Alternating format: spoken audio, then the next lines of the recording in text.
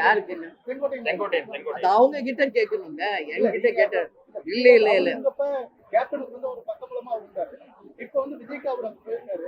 அது எந்த அளவுக்கு இருக்கு 2026 தேர்தல்? தெரியலையா, அது நீங்க தான் பத்திரிக்கையாளர், நீங்க தான் சொல்லணும். எங்க கட்சியை பத்தி கேளுங்க, எங்க நிலைப்பாடை பத்தி கேளுங்க. 20 வருஷம் முடிச்சு 21வது வருஷத்துல நாங்க இருக்கோம்.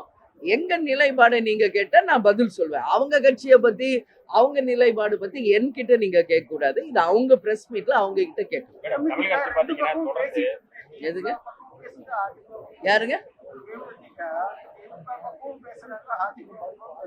வாய்ப்பு வரும்போது எந்த இடத்துல அதிக அளவு லாபம் இருக்கிறது, வெற்றி பெறும் வாய்ப்பு, அந்த பக்கம் போயிடுவாங்க. ரெண்டு பக்கமும் பேசுறாங்க அப்படின்னு சொல்றாங்க. யாருங்க சொல்றாங்க? இல்ல யார் சொல்றாங்க அது எனக்கு தெரியல.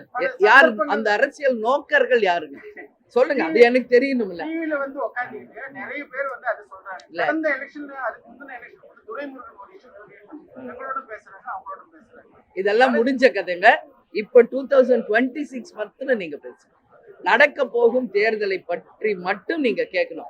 கடந்தது முடிஞ்சதை பத்தி எல்லாம் இப்ப நான் பதில் சொல்ல முடியாது. அப்படி பார்த்தா இன்னைக்கு எல்லா கட்சியை பத்தி நானும் பேசுவேன், பல்வேறு விதமான கருத்துக்களை நானும் சொல்வேன். அது வேண்டாம். 2026 எங்க நிலைப்பாடு என்ன, என்ன டிசிஷன் எடுக்க போறோம், என்ன எங்களோட முடிவு, அதை கேளுங்க, நான் சொல்றேன்.